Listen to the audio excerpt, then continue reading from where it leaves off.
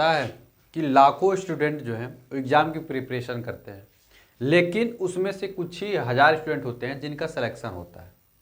तो वो कौन कौन सी गलतियां करते हैं और किन किन वजह से उनको आते हुए क्वेश्चन गलत हो जाते हैं और जिससे उनका सिलेक्शन नहीं हो जाता है, उन सारी चीज़ों को हम लोग बताने वाले हैं। आज की वीडियो में हम लोग ये डिस्कस करेंगे। तो वो 3 ऐसी कौन सी गलतियां होती हैं और उस 3 गलतियों को आप भी नहीं करेंगे तो निश्चित तौर पे आपका भी इस बार सिलेक्शन हो जाएगा। तो सबसे पहली गलती क्या करते हैं कि वो जो प्रैक्टिस जब करते हैं, जब प्रैक्टिस कर रहे होते हैं तो लिख लिख के प्रैक्टिस नहीं करते हैं, केवल रटते हैं। तो जो स्टूडेंट रट रट के जाएगा एग्जाम हॉल में तो सब कॉन्शियस माइंड में उसको फिट ही नहीं रहेगा, जिसके वजह से उसको बार बार प्रॉब्लम आने वाली है। ठीक है, तो आप लोग भी जब प्रैक्टिस करिए थोड़ा लिख लिख के करिए, तभी आप भी सफलता को प्राप्त कर पाएंगे। दूसरी बात कि पीवाईक्यू को बहुत ज़्यादा लोग ध्यान नहीं देते। मैं जबकि शुरू से ही बता रहा हूँ कि पीवाईक्यू पे आपको ध्यान देना चाहिए। अगर पीवाईक्यू पे आप ध्यान दे रहेंगे, उसी से रिलेटेड क्या होता है क्वेश्चन आते हैं तो आपको सिलेक्शन के चांसेस बढ़ जाते हैं। अब यूट्यूबर के चक्कर में या कोई और यूट्यूबर आगे कह रहा है कि मेरी कोर्स ले लो, मेरे कोर्स से आ जाएगा, तो ऐसा कुछ नहीं होने वाला। पीवाईक्यू को आपको ध्यान देना चाहिए। पीवाईक्यू आप अच्छे से कंप्लीट कर लेंगे तो निश्चित तौर पे आप सफलता को प्राप्त करेंगे। और जो तीसरा सबसे जो कॉमन मिस्टेक गलती करते हैं वो होता है सिली मिस्टेक।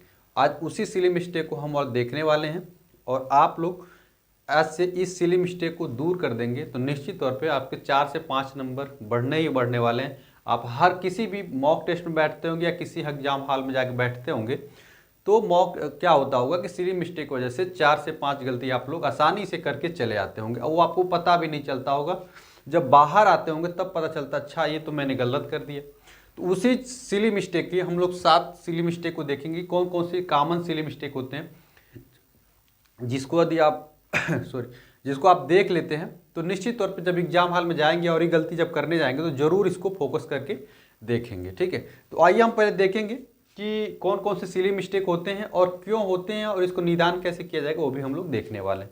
तो सबसे पहले सबसे कॉमन गलती है, सबसे जो ज़्यादा गलती आप करके आते हैं कैलकुलेशन की। कभी भी सिली मिस्टेक ये आपको पता ही नहीं चलता है। जैसे 2 गुणे 5 करना है तो आप 9 लिख के चले आएंगे, ठीक है, और 14 गुणे 5 करना है तो 90 लिख के चले आएंगे। समझ रहे हैं? तो ये सब क्या होता है कि सिली मिस्टेक होता है। ये मतलब कैलकुलेशन वाली जो मिस्टेक होती है सिली मिस्टेक में आती है। और आप चाहे एग्जाम हॉल में आप देखे होंगे कि एक बार अगर आपने गलती कर दिया तो बार बार वो गलतियाँ होती हैं। तो ये होती है कैलकुलेशन वाली सिली मिस्टेक, जिसका मैं लास्ट में बताऊंगा कि आप क्या क्या करेंगे। ये होता क्यों है, ये देखिए, ये लेस फोकस की वजह से होता है। जो भी सिली मिस्टेक होता है ना, ये आप एग्जाम हॉल में आपका फोकस कम हो गया, इसी वजह से ही हो रहा है। तो होता कम है, वो भी हम लास्ट में देख लेने वाले। लेकिन कैलकुलेशन की सिली मिस्टेक को आपको ध्यान रखना है और अगली बार से इसको दूर करने की कोशिश करना है। रेशियो वाला, अब रेशियो वाले में होता क्या है कि 3 संबंध 4 दिया रहेगा और 4 संबंध 3 भी दिया रहेगा। ठीक है, तो 3 संबंध 4 और 4 संबंध 3 में भी आप गलती करके आ जाते हैं, क्योंकि आपने गलती कर दिया है कि 3 संबंध 4 और 4 संबंध 3 को आपने अच्छे से रीड ही नहीं किया है। आपने ध्यान ही नहीं दिया कि ए संबंध बी में 3 संबंध 4 था और बी संबंध ए में आपने गलत करके 4 संबंध 3 लगा के चले आए। तो इसके वजह से होता क्या है कि नॉर्मली आपके क्वेश्चन गलत हो जाते हैं। तो रेशियो वाले जब भी सवाल है तो उसको थोड़ा सा फोकस करके ध्यान से उसको पढ़ा करिए। उसके बाद से तीसरा रेडियस और डाया और रेडियस। तो जब भी आप जब भी आप जियोमेट्री के क्वेश्चन को, जब भी मेंसुरेशन क्वेश्चन को जब सॉल्व करते हैं, मेंसुरेशन 2D या 3D को, तो उसमें होता है क्या है कि डाया दिया रहता है, लेकिन सारे फार्मूले में तो हमारे रेडियस रहते हैं। तो हम लोग वही गलती करते हैं कि डाया को उठा कर रेडियस में रख के सॉल्व कर देते हैं और क्वेश्चन आप चूँकि ऑप्शन मिल जाता है तो छोड़ के चले भी जाते हैं। तो आज के बाद से आप लोग ये भी गलती मत करिएगा, ध्यान से देख लीजिए कि रेडियस दिया है कि डाया दिया है। रेडियस और डाया को ध्यान में रखे हुए भी क्वेश्चन को सॉल्व करिएगा, तभी आपको अच्छा रहेगा, सिली मिस्टेक नहीं होगा। चौथा होता है नॉट वाले क्वेश्चन। एक्चुअली होता क्या है कि आदमी पढ़ते तो जाता है और जो सबसे ज़्यादा नॉट वाले क्वेश्चनों में ही गलती करके आता है, क्योंकि आदमी रीड तो करता है, लास्ट में नहीं लिखा रहेगा कि ये कौन सा नहीं है, लेकिन आदमी क्या ध्यान में रख लिया कि है, क्योंकि सकारात्मक सोच आदमी रखने वाला है तो है के ला के ऑप्शन मार दिया और गलत करके चला है। तो नॉट वाला आदमी क्वेश्चन पढ़ता ही नहीं है। तो जब नॉट वाला क्वेश्चन नहीं पढ़ेंगे तो होता क्या, गलत हो जाता है। तो इसीलिए क्वेश्चन को जब रीड करो ना तो एकदम ध्यान से रीड करो कि पूछ क्या रहा है, नॉट पूछा है कि क्या पूछा है। तो नॉट वाला जब भी आ जाए, कहीं पे नहीं आ जाए, जहाँ पे भी नॉट या नहीं आ जाए तो उसे क्वेश्चन को रिपीट कर लेना है, एक बार और पढ़ लेना है कि पूछ क्या रहा है, तो आपके चांसेस जो है गलत होने के चांसेस नहीं रहेंगे और आपके चांसेस बढ़ेंगे। और इसको एक अलग से कॉपी पन्ने पर नोट कर लो, जो भी चीज़ बता रहा हूँ ना 7 लाइन, इसको कहीं नोट कर लो और इसको बार बार रिवीजन कर लो। और जब भी मॉक टेस्ट देने बैठो ना तो इसको रिवीजन कर लो, कौन कौन सी कॉमन गलतियाँ होती हैं। और एक बार इन कॉमन गलतियों को रीड कर लोगे ना और अपने एग्जाम में बैठा लोगे अपने माइंड, सबकॉन्शियस माइंड में, तो जब भी तुम बैठोगे तो तुमको पता है कैलकुलेशन स्पीड की गलती होती है तो ध्यान से कैलकुलेशन करोगे। रेशियो वाली गलती होती है, जब भी रेशियो वाले सवाल दिखेंगे तो उसमें देखोगे। डाया रेडियस का सवाल दिखेगा तो उसमें फोकस कर दोगे, नॉट वाले में फोकस कर दोगे। उसके बाद से पॉजिटिव और नेगेटिव साइन का भी अंतर आपको आता है कि आप कोई भी क्वेश्चन सॉल्व करने जाते हैं पॉजिटिव और नेगेटिव का आपको ध्यान नहीं रहता है। तो अब आज के बाद से कोई भी पॉजिटिव और नेगेटिव का कोई चीज़ आता है तो आपको पॉजिटिव नेगेटिव का ध्यान रखना है और ऑप्शन में भी पॉजिटिव नेगेटिव को देख के ही टिक मारना है। मान लीजिए आपने निकाला पॉजिटिव +4 निकाला है, ठीक है, और ऑप्शन में शुरू में ही -4 है, तो आपने माइनस प्लस को ध्यान ही नहीं किया, 4 को टिक मार दिया, जो कि क्या हो गया, गलत हो गया। उसके बाद epsilon naught read. Epsilon naught read का मतलब क्या होता है कि 4 ऑप्शन आपको मिले थे और मैंने सबसे ज़्यादा गलती इसी में पाई है लोगों को कि 4 ऑप्शन को लोग देखते ही नहीं। खासतौर पे जीके वाले क्वेश्चन में ऐसी गलतियाँ होती हैं कि 4 ऑप्शन आते हैं, 4 ऑप्शन आदमी देखता है नहीं। साइंस वालों में भी ये गलती होती है कि चारों ऑप्शन को आपने देखता है नहीं है, एक ऑप्शन को देखा और उसी को टिक कर दिया, जबकि तीसरा और चौथा में सही ऑप्शन था। तो ये सारे की गलती आपको ही मत करना। और ये गलती हो जाती है जो लास्ट टाइम में होती है, जब लास्ट के 10-20 मिनट मिलते हैं तो उस टाइम में ये गलती करती है। तो आप लोग इस गलतियों से बचिएगा, निश्चित तौर पर आपको सफलता मिलेगी। और अप्रॉक्स वाली क्वेश्चन को जब भी अप्रॉक्स लगाते हैं ना समहावती वाले सेवन में, जैसे 9/10 आ गया, ठीक है, तो अब 9/10 आ गया तो इसी को आप 10 से भाग करेंगे 9 में, देखिए